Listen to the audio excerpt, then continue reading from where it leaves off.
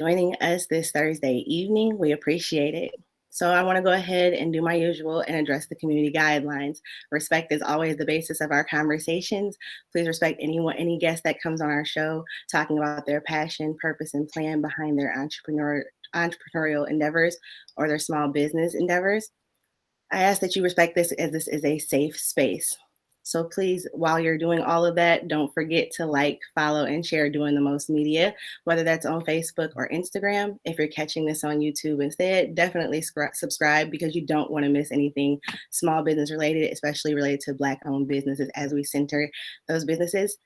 Here at Doing the Most Media, we are definitely a culture of supporting Black-owned businesses as a lifestyle and not a trend. So stay tuned in with us anytime we have a feature so that you can stay up to date. Tonight's feature is special to me as they all are, but I want to make sure to say that today's guest, I had the opportunity to listen to her speak back in 2018 at the Sexual Assault Awareness Month conference here in Columbus, Ohio. Since then, the impact of her work has, stayed with me, and I have followed her journey. And tonight, I've asked her to come and speak with us about her passion, purpose, and plan for her business. And before we get to that, I'm going to read her bio and share some background information so that you are up to speed with us. So, Dr. Tyffani Monford Dent is a licensed psychologist, trainer, and author.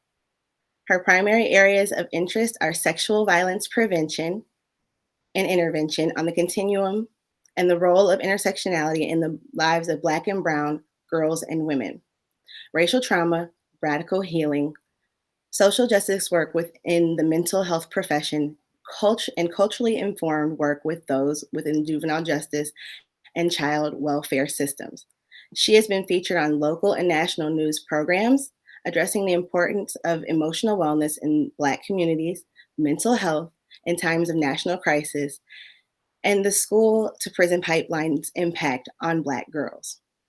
Dr. Dent is the owner of Monford Dent Consulting and Psychological Services, LLC, through which she provides ongoing mental health consultation and assessments. In 2020, she co-founded Centering Sisters, LLC, an organization dedicated to projects that center the needs of Black women, girls, and femmes. So without further ado, I would like to Dr. Tyffani Monford Dent. Thank you for joining us. Thank you for having me. I'm so excited to be here. We're excited to have you, definitely. I wanted to give you a chance to get acquainted with the community, so please share with them what your current role is in the scope of that role. Okay. Currently, it's one of those things where, you never are doing one thing. I am a psychologist and clinical director in a residential treatment facility. I consult with another facility. I am doing ongoing consultation with an agency on the East Coast. I am doing a lot of training right now around the country. Yesterday was Arkansas. I have Connecticut and Dallas coming up shortly, as well as something here in Cleveland. I do a mentoring group for Black girls that I started who were at risk for being pushed out of the school system. I'm the author of a couple of books, so I've been doing some stuff with that and doing a video cast focusing on issues related to Black women and girls. So that's kind of what I've been up to as of late. That's a lot of hats, but they're also very important and needed, especially when we talk about centering for Black women and girls, for sure, and femmes. So before you became Dr. Tyffani Monford Dent, can you share some of your life experiences that kind of highlighted your path and the reason how you ended up being a consultant and a psychologist? Well, in the 8th grade, I saw a movie and that kind of framed mental health. And so I told my mother, which never tell a Black mama anything because they're going to hold you to it. I told my mother at that point in time, I want to be a psychologist when I grow up because human behavior, assisting people with their problems is something I want to do. And she said, okay. So then I actually researched what that looks like and found out that it would take like 10 years. 4 years undergrad, 4 years grad school, pre-docs, post-docs, then licensure. And I told my mom, I don't think I want to do this anymore. And she looked at me and said, this is what you said you want to do. Then that's what you're going to do. The time frame doesn't matter. So My mother insisted that I follow the journey, and so I did. Um, I think the interesting thing is how I ended up in the work that I do. It's one of those things that sometimes you get there not because you choose it, but because others around you, your mentors, say, this is where you need to be. I started working in a community mental health center under a Black male psychologist, and said, I don't want to work with kids. And he said, why not? And I said, I don't like their parents. And That's real um, simple. right. And he said this, and he was like, you're good at this, and it's something that you need to do. And then also to look at reframing your understanding of parents and the recognition that they are doing the best they can and they want the best for their children. They may just not be sure how to make it happen. And so reframing that for me helped me to move into that. I ended up in sexual violence work, again, not because I wanted to. I started realizing in working in systems, in juvenile justice, in juvenile prisons, looking at trauma, family dynamics, those type of things. I started getting pulled and asked to do things in that area. So because I wanted to focus on my community, everything I did after that point was, am I going to be in settings where the faces I see are Black and brown folks? Which then led into the social justice piece, because I tell mental health people, you cannot serve marginalized, oppressed communities and not do social justice work, because you're then sending them back out into the same world that oppressed them in the first place. So I really began to engage with different organizations that were focused on the social justice piece of trauma. So the Ohio Alliance to End Sexual Violence, Black Women's Blueprint out of New York, sat on both of their boards, the LGBT Center here in Cleveland, kind of identifying these entities that were making it a point to address things from that lens, which then began the more of the work that I got asked to do, because I was unapologetically like, when we're talking about our community, it looks different. It looks different for us as mental health professionals who are dealing in systems of micro and macro aggressions. And it also looks differently for the people that we serve and their experiences. So I started getting people asking me to do more work in that area. And so I ended up here doing assessments and consultation, writing books, and appearing on different news stories, specifically centering those experiences.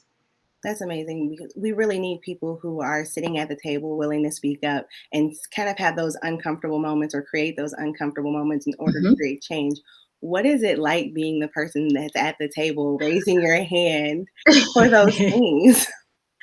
I think one of the things that I started learning is I went to a training and there was a Black woman there who was saying a student had gotten on her and said, you're not out in these streets protesting with us. Now, don't get me wrong, I'm out in them streets. I'm going to be protesting. I'm going to have my signs be out in the street. But she said sometimes resistance is being in the room and recognizing that I hold a privileged position. We like to not say we have privileges. I know I do. I know that I'm a psychologist. I know I have a doctorate degree. I know I get invited to spaces that other people don't.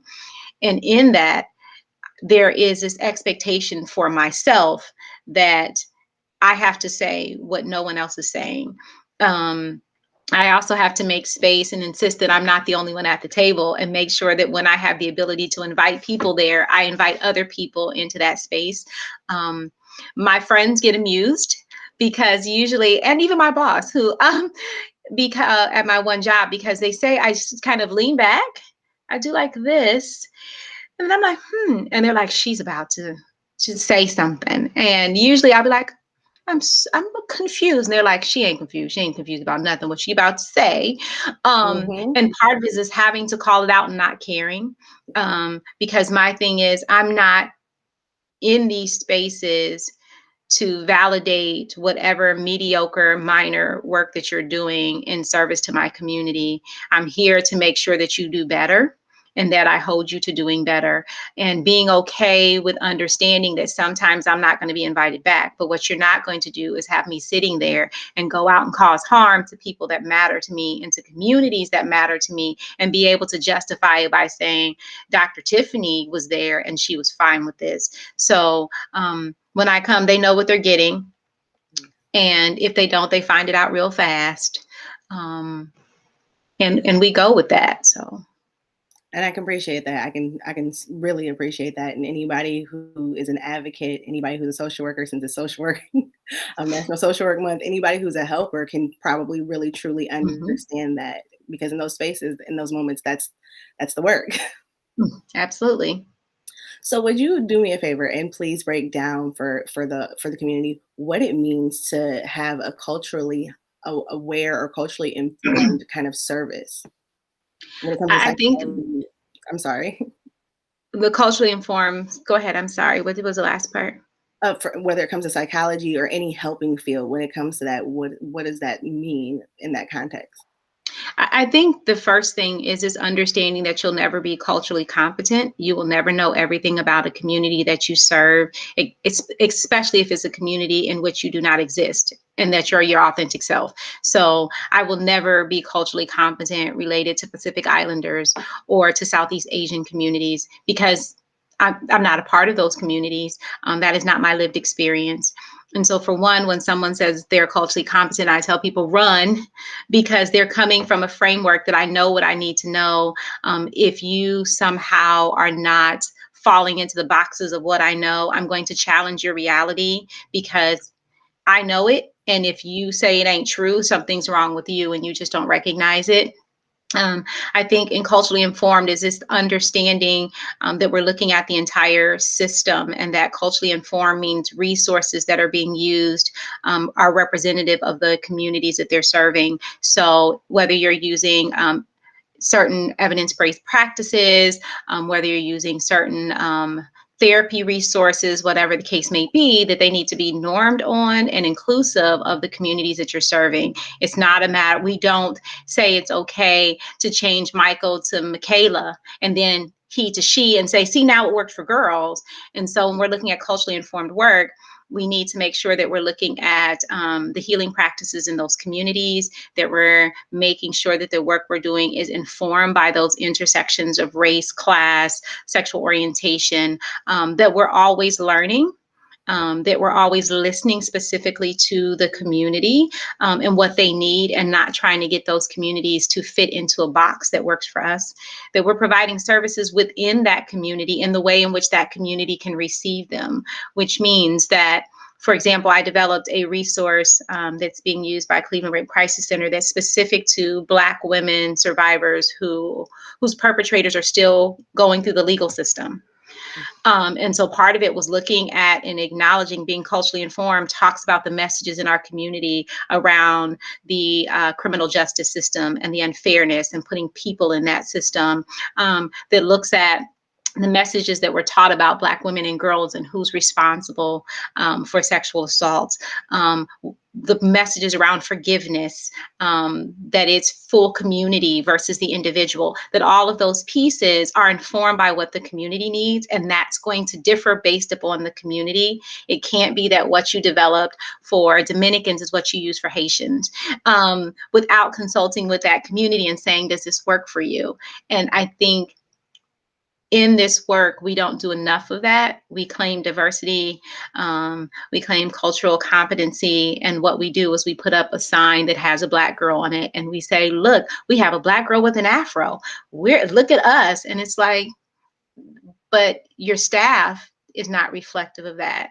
The people that you have making decisions in your organization are not representative of the communities you serve. Your locations are not within those communities. And all of that stuff is a part of being culturally informed. Oh yes, it is so important, and you highlighted so many important pieces and parts of that. And agencies overall sometimes tend to lack that, and individuals, we when people think they know something, they know it, and you can't tell them any different. And it's hard to help Mhm, somebody who's telling you about their experience if mhm, you're arguing them down about their experience. I don't want to say it's mhm, hard; it's impossible to help them. So you make mhm. you make an absolutely relevant point there. All right, so let me ask, what keeps you passionate about the work that you do? Because it's not easy work. The work that you do is definitely something that I'm sure can wear on the soul. So how do you remain passionate in that role? I think that I love my community. I feel my community deserves the best that mental health professionals have to offer, um, and that those who are attempting to engage with our community need to do better, and that if I have the resources, whether within myself or can connect them to that, then I need to make that happen. Um, I think one of the most exciting things was I was going to see a kid in the community, and the guardian was there. It was the grandmother. And first of all, many of us don't do community based work. Once you become psychologist, we go to our office, you come, but I was really doing community based work. So I show up and she looks at me and she was like, "You are Dr." I was like, "I am." She said, "You are." I was like, "I'm Black." She was like, "Yeah." And it was this understanding of this is not who we normally get. We don't get people who look like us. Um, we don't get people who have experience in the field. We get people who are new with minimal experience, who are not from our community, but also don't really know much about us. And it's those times of knowing that my community deserves the best, and we often don't get it, Mhm. and being able to provide that by the work I do is just, it brings me joy. And I do get tired a lot because one of the things that happens is when there's not many of you, you get asked to do a lot of stuff. Yeah. So I also try to cultivate other Black women specifically who are going into mental health. I'll be like, "Hey, present with me." Well, I got to go to this thing, but I want you to go and I want you to speak, or can I connect them with you? Because I also want to make sure that more of us are in the room for so I can rest. But at the same time, our community deserves as many resources as it can get. Wow, you said a mouthful there about bringing along others who are in this same space doing this same work and making sure Mhm, they get into get into where the spaces and the gaps are for the work mhm, that needs to be done. Because, like you said, you need some days off. There's got to be a day off. There can't always be no days off. And mhm, part of that is having more people who are able to do that mhm, work and having the community know who those people are. So that's an mhm. amazing piece right there. I didn't know about that piece. I'm glad to hear that. Oh yeah, I've always a couple of my mentees though, they said someone asked me about you and I told them she can't have any more mentees. I was like, how do y'all do you can't say that? They're like, yes, we can. Because we take a lot of work. But I do think we have to, all people, all Black people, all Black women in business, whatever type of business, the goal should always be to make the path easier for the next generation. And to the doors that you opened aren't to be closed. You don't close them behind you. You unlock them and you make sure that the person knows where that door is, because that's what we're supposed to do. That's what community is. And so, yeah, I'm constantly like, okay, again, my mentees will refuse to give people my phone number when they ask because of that. But I definitely am one who's always like, I'm here. If you need something, I'll give it to you. If you're starting a practice, if you're doing whatever, let's talk. Let me connect you to resources. What is your passion? And let me hold you accountable for that as well. And that has to happen if we want to keep our community moving forward, if we want to continue to have women in business. Okay. Absolutely. I want to ask you about your purpose for what you do. I know you mentioned early on, helping the community definitely is Mhm, part of that purpose. But I want to go give you a chance because I can ask this question. I know you know exactly what I mean. But I know on a micro level, macro, and maybe a meso level, if you could break it down in maybe a two or three piece, um, what would you say is a purpose on each of those levels for the work mhm. that you're doing? I think micro is providing therapeutic interventions and assessments, and that are culturally informed, that are geared towards my community and its needs. Um, and that's also, even if I'm writing a book, it's for that purpose. I'm writing specifically geared towards Black girls. Um, I think on the next level, it's when I'm doing trainings for agencies, trying to assist them in becoming more culturally informed. Um, Also challenging who they are as clinicians, um, and acknowledging that there's always work to be done to serve communities as the way that they should. Um, I think on the largest level, it's more of that social justice work, being involved with the Ohio Alliance in Sexual Violence, when we were pushing for different policies that would help our communities. Whether it was being with Black Women's Blueprint, we were doing stuff around VAWA, the Violence Against Women's Act, um, doing something the other day with NOW, the National Organization of Women, where I moderated something around the Equal Rights Amendment. Um, Also doing some of the campaigning and stuff to get people in office that can make more systemic change. Being the president of an organization now, one of the largest organizations addressing sexual violence, that will then allow, where we're setting a strategic plan and expectations that should guide our entire field, that includes race, power, and privilege concepts. So I think it's being able to figure out on every level, not just the person in front of you, but then the therapist and all the people in front of them, and then the entire system in the way that it interacts with our communities and its impact. Thank you for breaking that down, because I think back to what you said towards the beginning when you said something about one of your, I think you said students or somebody in training who said, not, you're not with us or some people aren't with us in the streets. You're right. And when you think about the systems theory and you think about working on all those different levels and that Mhm. the three-piece combo, so to speak, that's a lot of work too. And that's that tireless work that it just Mhm. continues to go on, just like being in the street. And sometimes it's the people in the streets who make people then suddenly care. Um, and then they say, well, what does this change now need to look like? And that's how those other levels, we know with George Floyd and Breonna Taylor, suddenly everybody's putting out Black Lives Matter statements, but then it becomes, what does this look like for your organization and the changes that need to happen? And it's those people who are out in the streets who made you even care to ask this question. And so now we need to make sure that when you're asking, that there are people answering. So you can't say, well, I asked, nobody said anything, so we're going to keep doing what we're doing. But it's like, okay, let me see your board of directors. Let me see your policies. Let me see who is doing what work in what communities. And then that is where the change is also going to happen. Absolutely. There's levels to this work. It doesn't all happen at one level. Mm-hmm. So, what are some of the services that you offer at Monford Dent Consulting and Psychological Services? Okay. I do assessments. I have a contract with our court system here to do assessments with juvenile court. So I do those. I do trainings around the country on issues for clinicians around culturally informed practices, sexual violence, gender responsive treatment, general mental health. I also do trainings with faith based communities on how faith and therapy and emotional wellness can all exist at the same time. I also, through Mom for Dent Consulting, I do ongoing supervision and consultations with entities around their practices, specifically culturally informed work. And then I also do some writing through Safer Society Press for clinicians. Okay.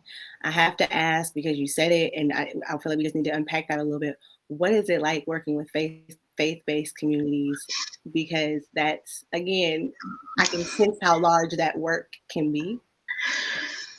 Um, It is an interesting space. I will say that it depends sometimes on the denomination, in terms of their willingness to actually address it. Um, I'm fortunate. I'm the sister of a pastor, and he is a fan of therapy. He says, mental health therapist. I'm a pastor. Pastoral counseling is not the same as therapy, and I will refer to therapist as needed. So he's been very open about that.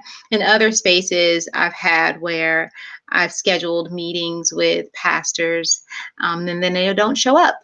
Um, like, I come to your place, we schedule this meeting. Oh, he's busy, can't make it. Speaks volumes. We get the struggle within specifically the Black community and faith-based. Specifically, we're talking about that more Judeo-Christian, is this belief that mental health issues, if you are struggling with anxiety, depression, whatever the case may be, you're not right with God, and that prayer changes and fixes everything. And so when we begin to have these conversations, they don't want to have them. I have volunteered to speak at like women's conferences and girls' conferences at churches around emotional wellness, term that works better in church spaces.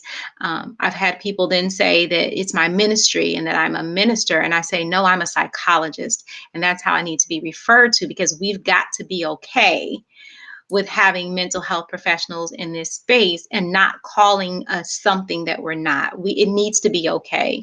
So it's getting better. I'm finding as this newer generation of pastoral leadership is coming in, they are more open to understanding you can have God and a therapist, and are being more transparent about seeking that additional support. But 10 years ago, I couldn't pay a church to even have a conversation for the most part. It was, no, we have God. Mental health is demons and they just need to be cast out. And that you just need to pray more, or ministers operating outside their lane and offering advice instead of therapy for trauma experienced by its congregants. So it's definitely getting better. I'm excited that it's getting better, that I'm getting invited into more church spaces, because when we're in crisis, Black people go to church. Even if you don't go to church any other time but Mother's Day, because Mama and Grandma making you come for Mother's Day, and Easter to see the babies and with their Easter speeches. Even if we go no other time, when we are in crisis, there is something within that has been instilled in us that you go and lay it at the altar. And so just like when Black people have mental health crises, they either go to the emergency room or they go to church. And we have figured out the emergency room because they're connected to the hospitals and they're going to send that social worker down. But we haven't figured out how to manage that crisis when it comes to the church and how to make sure we're connected. So it's ongoing work. I'm just grateful that pastors are becoming a little bit more open to it over time, in certain denominations more so than others. I'm grateful here. Even there's some movement, and hopefully there continues to be forward movement in that direction. Because at the end of the day, it's like if you break your arm, you're not going to the pastor for a prayer for your arm. You realize there is something there that needs to be addressed. Same thing with mental health. There is something there that needs to be addressed. And so, like I said, I hope the trend continues. And even if you go to the pastor and he prays for you, he's still going to tell you, take your butt to the doctor and get your arm fixed. Yes. He's like, I'm going to pray that this surgery goes well for you. And so they can appear in conjunction. But when it comes to physical, there's somehow this belief that when we're physical needs expert intervention, but mental health, we got this. And we're just beginning to get pastors to realize that your emotional and physical health both deserve experts addressing them. Absolutely, take care of the whole person and not just parts. And we'll probably live longer that way too. Let's just be honest. We take care of it all. So, is there a target demographic that you're trying to reach? I know that women, girls, femmes. I just want to kind of talk about the target demographic that you're serving or trying to reach with your services. Specifically, my push at this point in time in the work that I am trying to do is specifically more so inner city Black people who usually don't have access to services, or don't have access to quality services. So when it comes to the practice I'm trying to work in, one of the things I said is, this is the location of yours I want to be at. I don't want to be at any other location because the demographic that I want will be here. Those who are, I do a lot with those engaged with systems, because a lot of times for our community, no one seems to care about their mental health until it impacts someone else. And so that usually is child welfare or the juvenile justice system. So I do a lot of work and target those communities. And then also, even within the school, it is more those that are getting suspended a lot, those who are facing expulsion, because now you suddenly care because they're disrupting your school. And so trying to work with and advocate for those populations, understanding that some of the work is unpaid, in the sense of, even when it comes to, it's not just an hour in front of me. Sometimes it's then linking your family to other supportive services, linking you to services that no one's paying me to link you to, but that are needed to really holistically address whatever is happening. And then I also just do some stuff voluntary, because I want to be able to do what I want. And some entities will be like, well, you can do this, but if we're paying you, you must, well, then don't pay me, because I'm not doing that. And so trying to make a point with that community, specifically girls, black boys, that when I'm working with those communities, it is a specific demographic, more so inner city, more so system involved. Okay. And I think you make a great point when you talk about system involved, because there are so many hands in the pot at that point, and so many, I don't know how to otherwise word it, but so many crafty systems that are meant to be entrapping and Mm-hmm. like a sticky web. And that's truly what it is. And so to have somebody on your side who has culturally humble services to provide Mm-hmm. and help you through that system and help connect you to where you need to be, because you don't know what you don't know. You Mm-hmm. don't know what you need until you know until someone helps you find that. So definitely a need for that kind of help in the community all the way across the board. And I appreciate that, knowing about that. So Yeah, when we because I talk, think I'm sorry. one of the things that I will say about that is, I recognize that I usually come involved with people because of the system, and I am a part of the system. And I acknowledge that when I'm talking to my families, to my kids, but also saying I'm here because of the system. But I promise you, my push is to help you live your best life and to live to your potential. So some of that, you may see me in the meetings where I'm saying something totally against everybody else in the room, because I want to make sure that you get what you need to be the best person that you can be. So, It's super important to have those conversations. I don't think a lot of people in the Black community realize that when they do come into contact with culturally relevant, culturally aware, and informed services, that the care is so much different. The hmm level of care changes completely, and I mean, that conversation, like you said, that conversation on the front end even sounds different. hmm Yeah, you're covering confidentiality and what it means to, do those, but you're also covering this is your real purpose with them. hmm And that's so authentic, because then that changes the relationship and allows them to really have that bond and that attachment, and so that you can do the work. hmm That's a beautiful thing. It really is. And not everybody does that. Like you said, quality hmm service. Not everyone hmm takes that extra time to explain those important details. So, when we talk about a service being informed, it often includes education, it includes advocacy, it includes talking with agencies that are not always open to that type of training. Um, I ask you this because how does it feel? How does it work challenging those kinds of thought processes in large institutions and against larger systems? I think one of the things is, I find it amusing. No, it's fun, but no, I think one of the things is understanding that sometimes you're interacting with the system and you may not get the outcome that you're hoping for, um, because systems are working for somebody. Whatever they're doing at that moment is working for somebody. And that's why the system is still doing what it does. So sometimes it's going in and understanding that the shift that you may make may not hit that highest level of change, but it may be getting the system to begin to question some of what it does. Um, Whether it's, again, when you come into a system and they say, well, we don't need Black therapists. And then I say, but the one Black therapist you have has a full caseload and a waiting list of Black folks.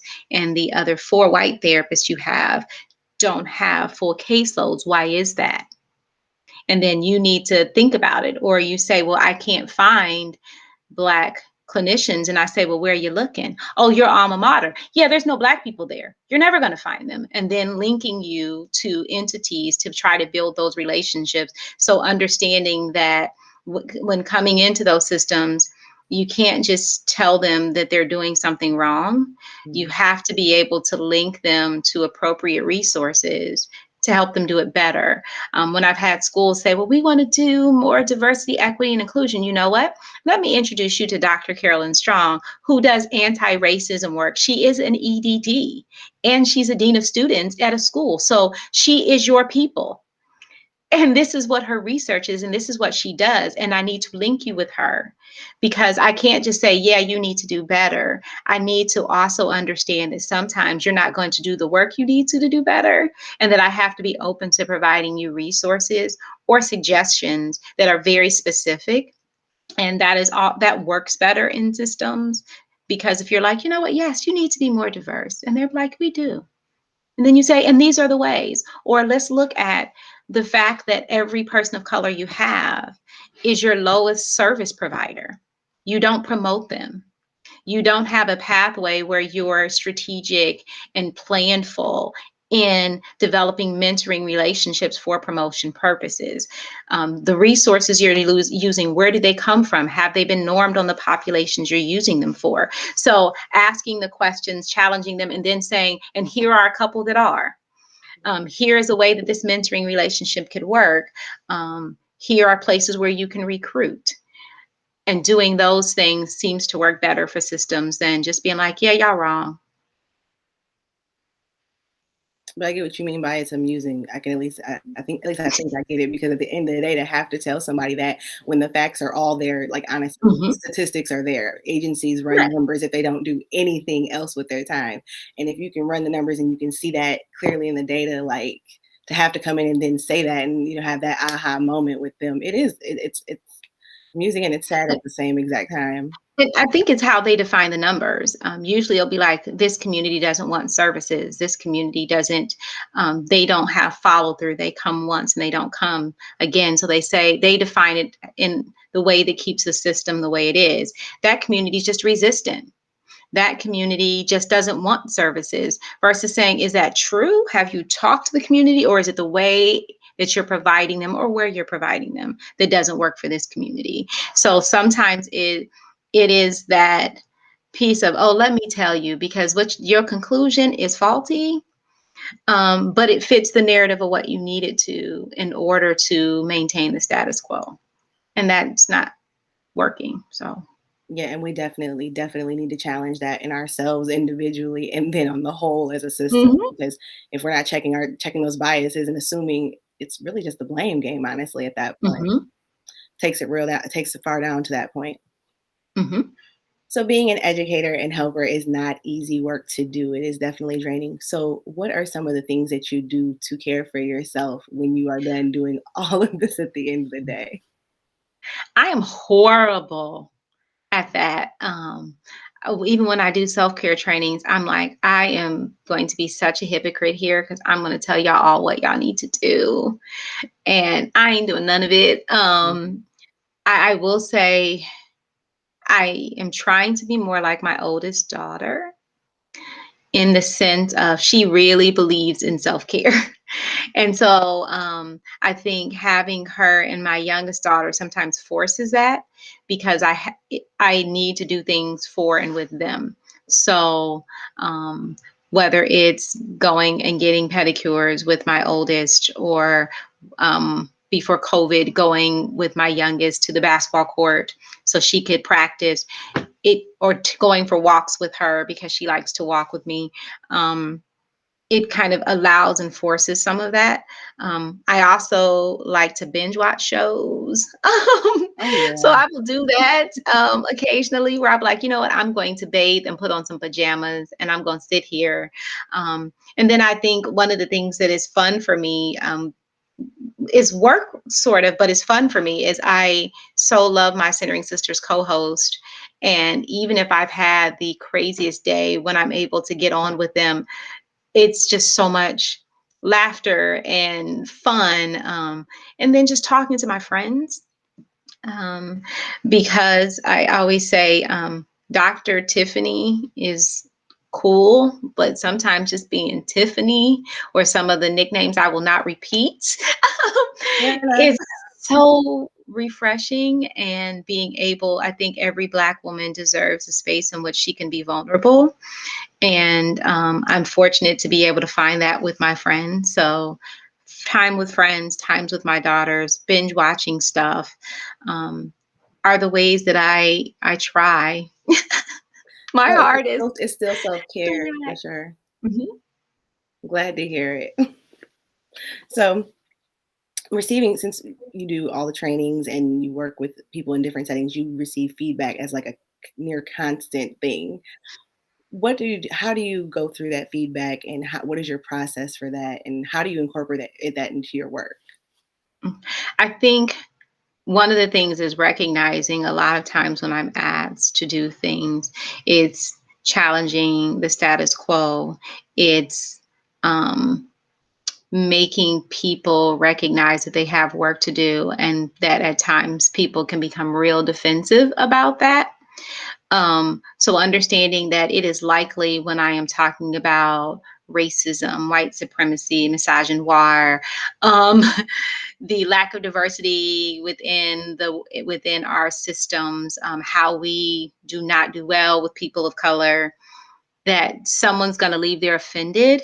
And so I make a point to understand, and in the times when I read actual feedback, to channel those and say, let me look at this. Is this constructive? Or is this a how dare you? And a lot of Mhm. times they actually start out with how dare you. So it makes it easy to put those to the side. But I am always trying to be better.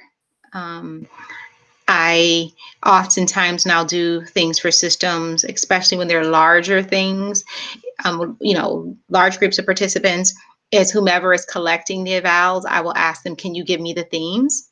Mhm. So I can really look and see, is there something I didn't talk about enough? Is there something that didn't translate the way I needed it to? How does this need to inform what I do the next time? Um, so I firmly believe that we grow every day, that I'm constantly reading research, I'm constantly talking to people, to make sure that what I'm saying and doing makes sense. Because I know sometimes I'm the only person that you've ever had come there, and that what I say is going to be what you go with. And so I want to make sure of that. I also have a great group of, well, I don't know if they appreciate it. They probably are like, please don't send me nothing else. But I have a group of psychologists and social workers, and mentors, that I'll say, hey, can you look at this for me? Mhm. When I'm doing faith-based work, I'm sending it to some of my friends in the faith-based community. Like, kind of does this make sense? Am I getting my point across? How do you think this will be received? Just to make sure that I'm meeting the needs of the communities, or the people who I am presenting in front of. Definitely being informed, definitely. And I'm sure the people that you work with and the trainings that you provide, I'm sure they appreciate that extra mile. Mhm. I can only imagine. So I want to talk a little bit off topic, I guess, a little bit, but still very on topic. I saw earlier today that you made a post and it was about a book request. There's a book request for the young people. And so I have a special place in my heart for the young people. I've worked with them.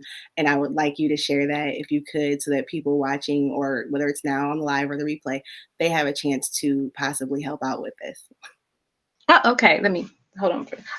So there's this book called Dear Black Girl, Letters from Your Sisters on Stepping into Your Power by Tamara Winfrey Harris. I was fortunate to contribute a letter to the book at the request of Tamara.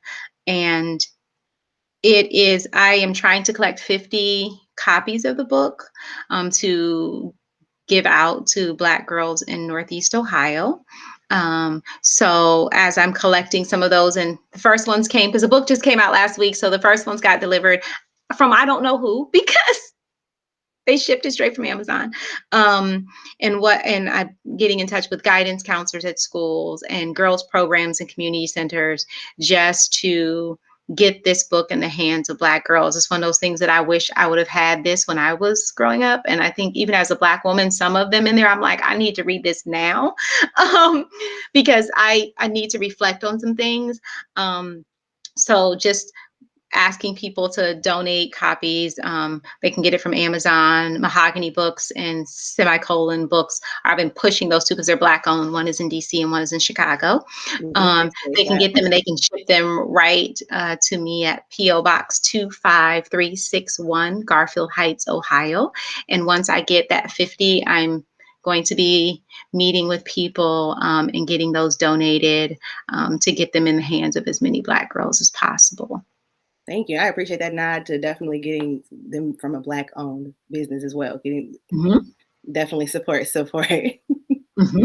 Let's touch a little bit on planning. I know that any business has plans for the future, whether it's near future or just a little bit farther off in the distance. But what are some of the plans that you can share with us that people can be looking for, whether it's in Cleveland or just in the state of Ohio? A couple of things I'm working on right now. COVID won't let me be great, but this year, actually last year and this year, I was supposed to do another social justice retreat for Black women. I did it in 2019, where I convened like 20 Black women from all over the East Coast and Midwest who came and spent the day with me talking about being Black women doing social justice work, and just supportive. Everything was paid for. I just need you to show up. We were supposed to do that in this coming year. COVID is still not allowing those to happen, but planning for 2022 to do that again and convene Black women in Cleveland who are doing social justice work.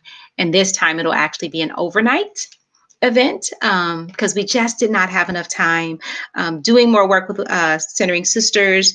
Our hope is as the world opens up, we're actually going to go to different cities and do our broadcast, specifically looking at some Black bookstores, Black coffee shops, and doing our episodes from there, for one, to bring attention to Black owned businesses, specifically Black women and femme owned businesses, and also just to get out and be in community. I'm taking on the presidency of an organization, so been in strategic planning for that. And then hopefully, as the world opens up, getting to do more in-person stuff with my girls mentoring program, because we have this model: we started together, we end together. And so they are in the 9th grade now. We started at the beginning of their 8th grade year. And the hope is that as we go into the fall, that we'll be able to do more of our stuff in person than we do Zoom, or now like kind of out in the community, social distance, that we'll be able to be more in community with each other. Lots of training. I'm supposed to be co-authoring another book for mental health professionals. If my mentor can get me to sit down and stop avoiding it. So more writing for mental health professionals, more training, more things with centering sisters and with Black girls. So those are my goals. Wow, big goals, but we have lots of the year left, so Man. there's so much time left.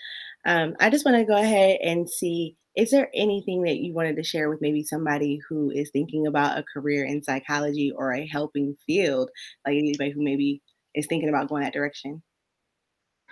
We need you. I appreciate you. Um, I think identifying what you want to do, being understanding that when you come into this field, um, it is not the field of great revenue. Um, in terms of in one place, a lot of times we work in multiple positions, so being diverse in what you do. Um, Also making sure that you get a mentor, because they will link you to jobs. They will get you to my mentor in undergrad, had me writing a book chapter and papers. And I was like, I don't want to do this. But those experiences were invaluable.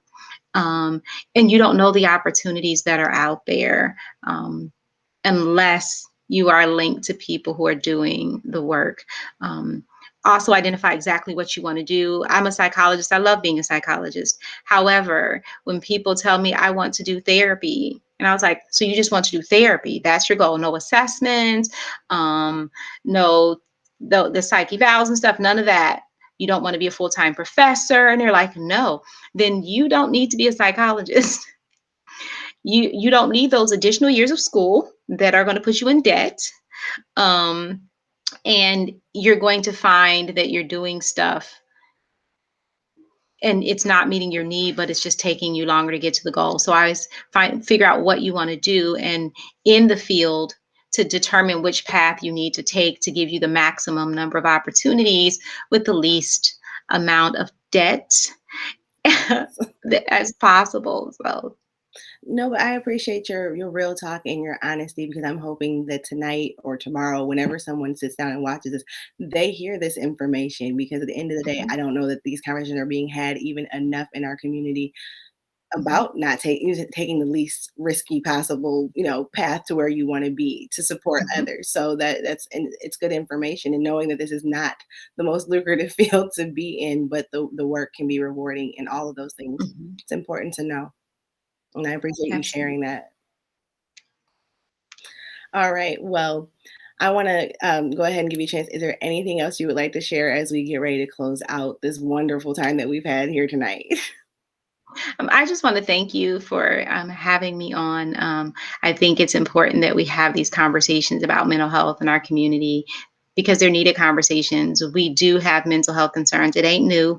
Um, and my thing is, after 400 years of slavery, oppression, systemic racism, combating white supremacy, who would be okay? And so our community has been through so much, and recognizing that we deserve to be emotionally healthy, not just pushing through, not just making it happen in spite of, but that we deserve actual emotional health. We deserve joy. And sometimes the path to that is mental health services. You said a mouthful. I'm going to leave it there. Thank you so much for joining us this evening. Thank you, everyone who has watched, and anybody who watches on the replay. Have a good evening, and we will see you all back here tomorrow.